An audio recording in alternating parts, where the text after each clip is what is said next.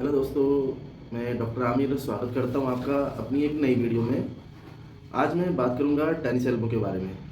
ये tennis elbow क्या होता है और किस प्रकार से हो जाता है, उपचार बचाव के बारे में।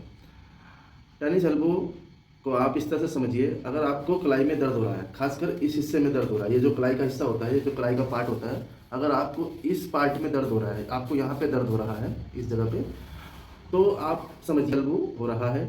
टेनिस एल्बो में तो टेनिस एल्बो की जो मांसपेशियाँ होती है, यहाँ की एल्बो की जो टेंडन होता है, उस टेंडन में बहुत अधिक खिंचाव आ जाता है।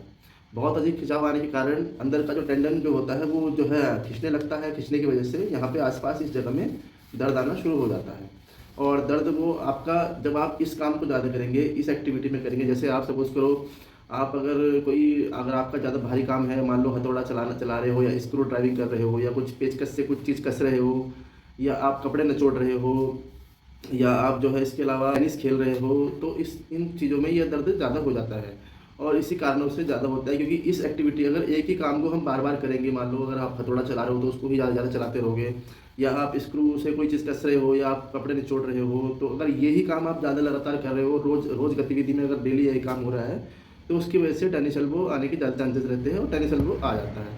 अब इसमें लक्षण के लिए, इसमें जो है आपको दर्द बहुत ज़्यादा होगा, खासकर कलाई होती है, कलाई में दर्द ज़्यादा होता है, वही दर्द फैल के फिर नीचे उंगलियों में भी आ जाता है, और उंगलियों में सुनपन होता है, उंगलियों में झंझनाहट आती है, कभी कभी जो है हाथ का रंग बदल जाता है, कभी कभी हाथ का रंग आपका सफ़ेद हो जाएगा, या हाथ के रंग में लालपना ज़्यादा हो जाता है हाथ में, और इसमें झंझनाहट भी बहुत ज़्यादा कभी कभी हो जाती है। अगर आपको इस तरह का दर्द हो रहा है, या आप इस तरह के दर्द से जूझ रहे हैं, तो आप समझ जाइए कि आपको टेनिस एल्बो का दर्द हो रहा है, या आपको कलाई में टेंडन खिंच गया है।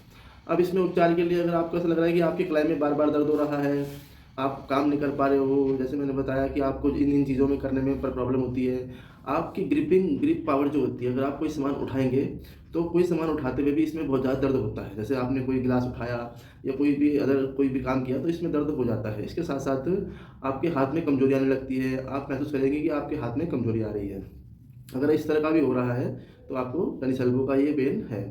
अच्छा, इसके लिए आपको मेनली, अगर आपको दर्द होने लग गया है, तो उसके लिए आप हाथ में जो है आइस पैक लगा सकते हैं, दिन में 3 से 4 बार। आपको 15 से मिनट अपने कोहनी में सिकाई करनी है, आइसिंग करनी है। 15 से 20 मिनट आप आइसिंग करोगे लगातार 3 से 4 बार।